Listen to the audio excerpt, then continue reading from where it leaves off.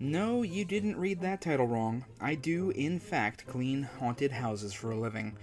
Well, in truth, I'm sort of a wholesale cleaner of spiritually advantaged buildings.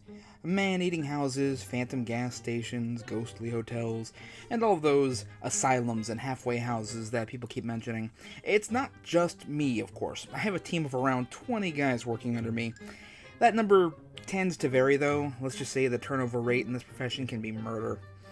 Now, if you're wondering exactly what would possess me to volunteer for a job which, at best, routinely opens me to a myriad of nightmarish conclusions on any given day, then let me explain.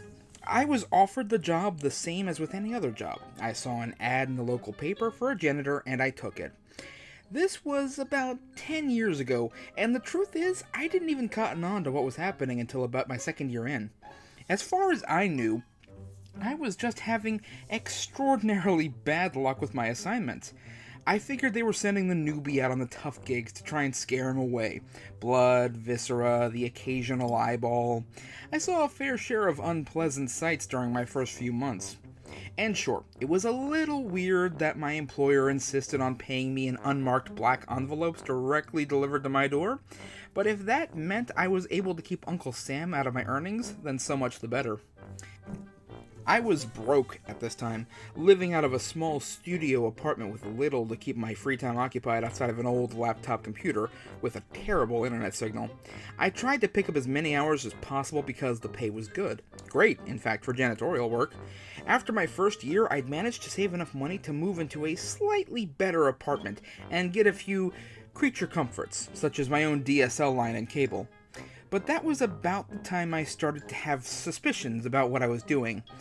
I had made a morning ritual for myself of watching one of the local news channels over my morning cup of coffee, which I made myself from my own Keurig. Like I said, the job paid very well. There wasn't a singular moment of eureka, but rather a slow piecing together of the various puzzle pieces. The missing persons report here, a story about a strange sighting there. As points of interest continued to coincidentally match my job sites, I began to realize that there was probably a correlation. Now, at first I assumed I was being employed by some mob organization to clean up after their messes, which deterred me from leaving. I considered going to the police for about 30 seconds before I figured that in doing so I would immediately become one of my coworkers' next cleanup jobs.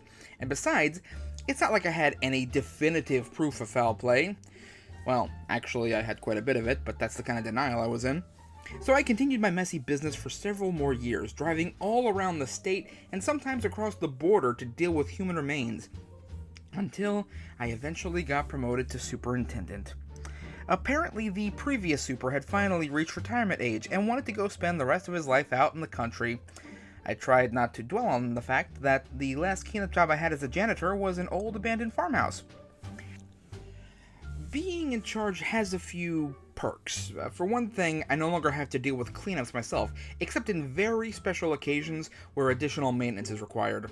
I get a stack of papers delivered to my door in the middle of the night, sealed in a large black envelope, and then I assign them to my crew. I don't oversee their pay, that is presumably handled by our boss. I just tell them what job to do, where to go, and what they'll need for the job. The other advantage is that I do get to have some correspondence with our employer. That is what cemented my suspicions about the work, albeit it was certainly no mob boss we were working for. Now, I know what you're thinking. Some ghoulish apparition in the middle of the night ordering me to sell my soul and all that rot.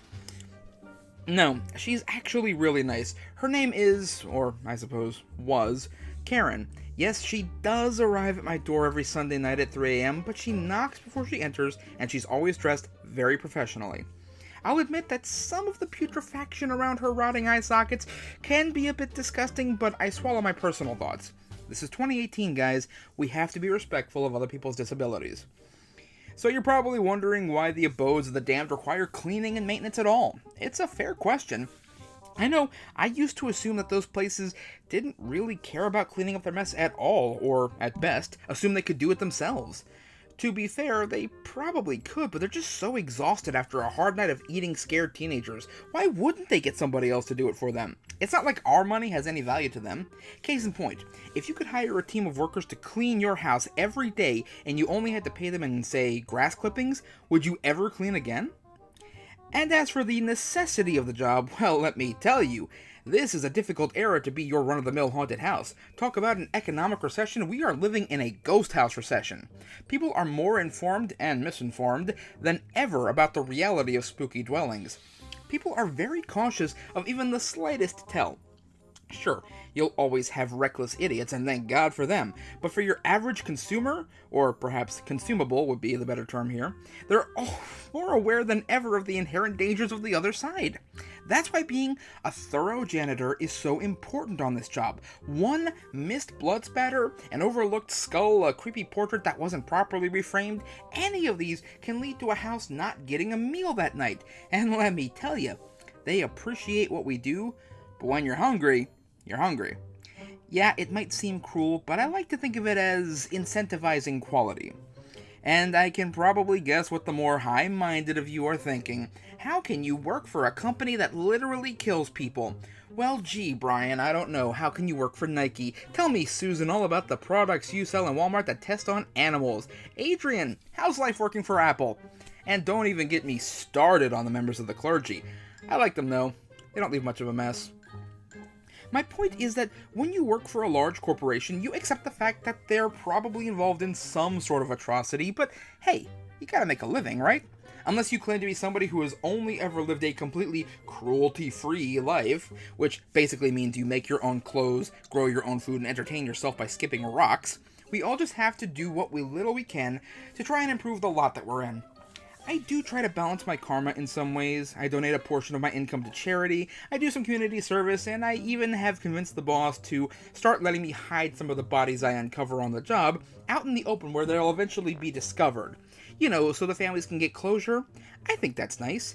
The trunk of the car will never smell the same again, that's for sure. You see any local news reports about somebody randomly discovered out in a field or under a bridge somewhere? Yeah, that was probably my doing. Now, what about those of you who might be interested in working for me? Well, let me tell you, it's not always easy to spot the ad. Times have changed, and we usually prefer to advertise on the internet. It's easier to be inconspicuous when you're awash in a sea of similar-sounding ads. I help write the adverts sometimes, but we usually all stick in the same buzzwords. High-paying, flexible hours, and exciting career opportunities often accompany what would otherwise be a boilerplate janitorial ad. Let me tell you right now, I'm not interested in thrill seekers. Yes, I know the job sounds glamorous to you nutters who like the idea of wandering around macabre scenery, but it's a very demanding cleanup job with a rigorous and strict timetable. If you can do a good job cleaning up human viscera without puking, strong stomachs are a must, then I can probably use you on my team. If you can get a job done in a timely manner without unnecessary exploring or generally goofing off, then you might be a valuable employee. Just keep browsing and you'll eventually stumble on our advert. We have competitive starting pay, a range of health benefits, and a surprisingly good life insurance policy. We don't have a 401k though. That seems like kind of a moot point to most of us here. Who knows? You might even one day make it to super. But I do plan on sticking around for a while. Yeah, the nightly wailing from those people whose bits I cleaned up do get a little bit grating, but I found that a noise machine and Tempur-Pedic mattress can make you forget about just about anything. And yes, there is that creepy little girl who keeps staring at me through every reflective surface I look at, but you'd be surprised what you can get used to. And that is pretty much the name of the game. If the money's good, you'd be amazed at how much shit and blood and bones and sinew you can put up with.